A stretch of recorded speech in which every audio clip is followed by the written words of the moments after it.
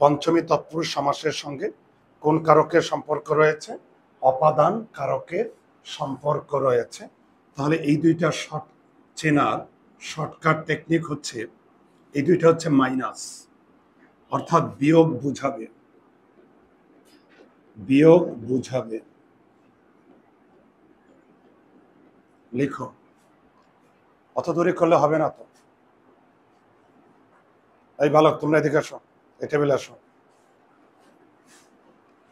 এখানে আসো, তোমরা এদিকে আসো।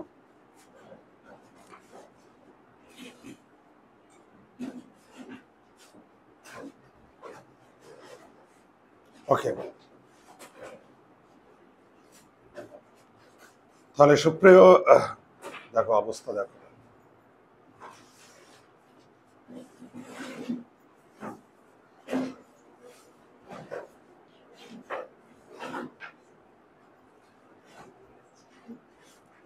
সুপ্রিয় শিক্ষার্থী বন্ধুরা, কারক দিয়ে সমাস শিখব, কারক ও সমাস একই সঙ্গে শিখব। তো পঞ্চমী তৎপুরুষ সমাসের সঙ্গে সম্পর্ক আছে অপাদান কারকের। আর মনে রাখতে হবে, অপাদান কারকের বৈশিষ্ট্য হচ্ছে মাইনাস।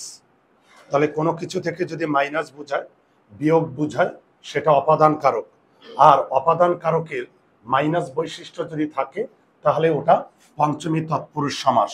তাহলে মনে রাখবে, পঞ্চমী তৎপুরুষ সমাসের সঙ্গে অপাদান কারকের সম্পর্ক রয়েছে।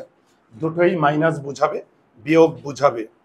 কোনো কিছু থেকে বিয়োগ বুঝালে, মাইনাস বুঝালে, সেটা কারকের মধ্যে অপাদান কারক, আর সমাসের মধ্যে পঞ্চমী তৎপুরুষ সমাস বুঝাবে। বোঝা গেল? এখন দেখো তো, আমি যদি বলি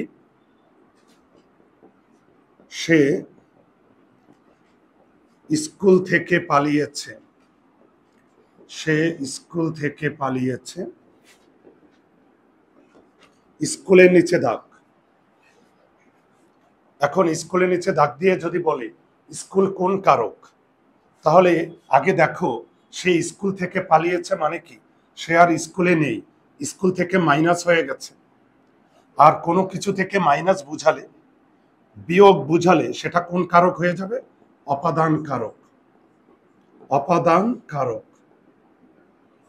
এবার এই অপাদান কারকের বৈশিষ্ট্য দিয়ে আমরা একটা সমাসের উদাহরণ তৈরি করব।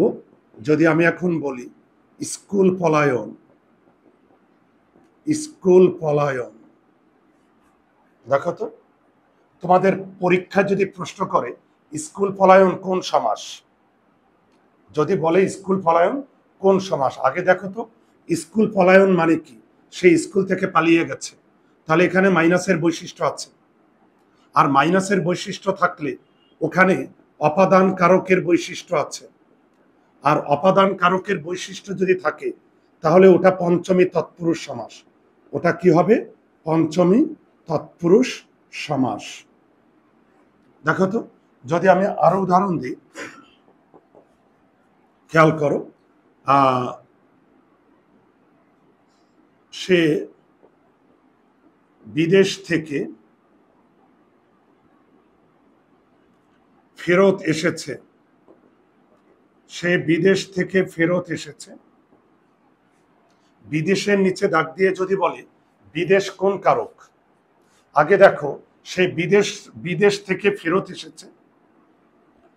তো সে বিদেশ থেকে ফেরত এসেছে মানে কি? সে আর বিদেশে নেই, বিদেশ থেকে সে মাইনাস হয়ে আসছে। আমার কথা কি বুঝতে পারলে? তাহলে সে বিদেশ থেকে ফেরত এসেছে বলতে সে আর বিদেশে নেই, বিদেশ থেকে মাইনাস হয়ে এসেছে। আর মাইনাসের বৈশিষ্ট্য বুঝালে অপাদান কারক।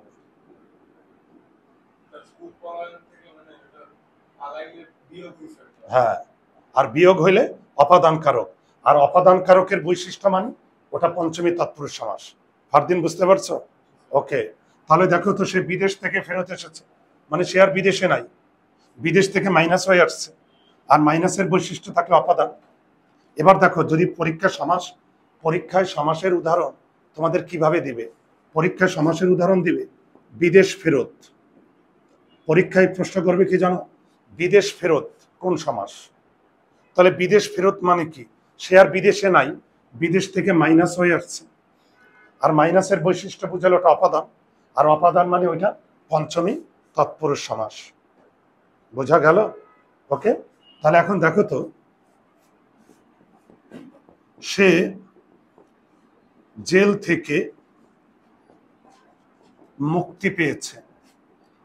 সে জেল থেকে মুক্তি পেয়েছে, জেলের নিচে দাগ। তো সে জেল থেকে মুক্তি পেয়েছে, খেয়াল করো তো, সে জেল থেকে মুক্তি পেয়েছে এই কথাটার মানে কি? সে আর জেলে নেই, জেল থেকে মুক্তি পেয়েছে। তাহলে এখানে মাইনাসের বৈশিষ্ট্য আছে, আর মাইনাসের বৈশিষ্ট্য যদি থাকে তাহলে ওটা অপাদান কারক। এটুকু বুঝতে পারলে? সে জেল থেকে মুক্তি পেয়েছে মানে সে আর জেলে নাই, জেল থেকে মাইনাস হয়ে গেছে। মাইনাসের বৈশিষ্ট্য বোঝালে ওটা অপাদান কারক। এখন পরীক্ষায় তোমাকে প্রশ্ন করবে এরকম, সমাস থেকে পরীক্ষায় প্রশ্ন করবে এরকম, দেখো, জেল মুক্ত, জেল মুক্ত। পরীক্ষায় প্রশ্ন করবে জেল মুক্ত কোন সমাস? কোনো ব্যাপার না, জেল মুক্ত মানে কি? সে আর জেলে নেই, জেল থেকে মাইনাস হয়ে গেছে। আর মাইনাসের বৈশিষ্ট্য বুঝালে অপাদান, আর অপাদানের বৈশিষ্ট্য বুঝালে পঞ্চমী তৎপুরুষ সমাস। পারবে? দেখো তো, সে স্নেহ থেকে বঞ্চিত। সে স্নেহ থেকে বঞ্চিত। দেখো, সে স্নেহ থেকে বঞ্চিত মানে কি? সে স্নেহ থেকে মাইনাস, আর মাইনাসের বৈশিষ্ট্য বুঝালো অপাদান। এখন পরীক্ষায় যদি প্রশ্ন করে সমাস থেকে, সমাস থেকে প্রশ্ন করবে কিরকম জানো? স্নেহ বঞ্চিত। পরীক্ষায় প্রশ্ন করবে স্নেহ বঞ্চিত কোন সমাস? তো স্নেহ বঞ্চিত মানে কি? সে স্নেহ থেকে মাইনাস হয়েছে, আর মাইনাসের বৈশিষ্ট্য বুঝালে অপাদান, আর অপাদানের বৈশিষ্ট্য বুঝালে ওটা পঞ্চমী তৎপুরুষ সমাস। বোঝা গেল? এবার আমরা ব্যাসবাক্য শিখব। ব্যাসবাক্যটা কি?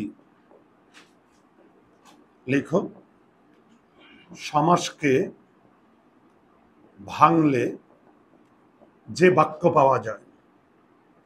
সমাসকে ভাঙলে যে বাক্য পাওয়া যায়। তো সমাসকে ভাঙলে যে বাক্য পাওয়া যায় সেটা ব্যাসবাক্য। তো ব্যাসবাক্য করার সময় আমরা কি করব? দেখো তো, এই সমাসটার নাম কি? পঞ্চমী তৎপুরুষ সমাস, তাই না? তাহলে একটু লিখে নাও। ব্যাসবাক্য করার সময়, ব্যাসবাক্য করার সময় প্রথম শব্দের পরে, প্রথম শব্দের পরে পঞ্চমী বিভক্তি হতে থেকে চেয়ে ব্যবহার করতে হবে। আমার যেহেতু জায়গা নেই, আমি ভেঙে ভেঙে লিখতেছি। ওকে, তাহলে লেখো, ব্যাসবাক্য করার সময় প্রথম শব্দের পরে পঞ্চমী বিভক্তি হতে থেকে চেয়ে ব্যবহার করতে হবে। তো আমরা প্রথম শব্দের পরে হতে বা থেকে ব্যবহার করব। তাহলে দেখো, যদিও তোমাদের পরীক্ষায় ব্যাসবাক্য দিয়ে প্রশ্ন না হওয়ার সম্ভাবনা বেশি, কিন্তু যদি ব্যাসবাক্য করতে বলে, যেমন দেখো, স্কুল পলায়ন, এটা তো তুমি চিনতে পারলে, যেখানে মাইনাসের বৈশিষ্ট্য আছে পঞ্চমী তৎপুরুষ সমাস। এখন এই সমাসটাকে ভেঙে তুমি ব্যাসবাক্য করবে। ব্যাসবাক্য করার সময় কি করবে জানো? এই প্রথম শব্দের পরে এই হতে বা থেকে একটা ব্যবহার করো। স্কুল হতে পলায়ন, বা তুমি বলতে পারো স্কুল থেকে পলায়ন। অর্থাৎ প্রথম শব্দের পরে হতে বা থেকে বসিয়ে দিবে। স্নেহ বঞ্চিত, স্নেহ থেকে বঞ্চিত, বা স্নেহ হতে বঞ্চিত। আমার কথাকে বুঝতে পারলে? জেল মুক্ত, জেল থেকে মুক্ত, বা হতে মুক্ত। তো প্রথম শব্দের পরে তোমরা হতে বা থেকে ব্যবহার করে দিবে, তাহলে ব্যাসবাক্য হয়ে যায়। তাহলে আমরা একই সঙ্গে দুইটা জিনিস শিখলাম, একটা অপাদান কারক আর একটা পঞ্চমী তৎপুরুষ সমাস। আর দুইটাই মাইনাস বোঝাবে। মাইনাসের বৈশিষ্ট্য যদি বোঝায়, কারকের মধ্যে ওটা অপাদান কারক, সমাসের মধ্যে কি হবে? পঞ্চমী তৎপুরুষ সমাস। বোঝা গেল? কোনো সমস্যা হচ্ছে? মেহনাজ বুঝতে পারছো? ওকে।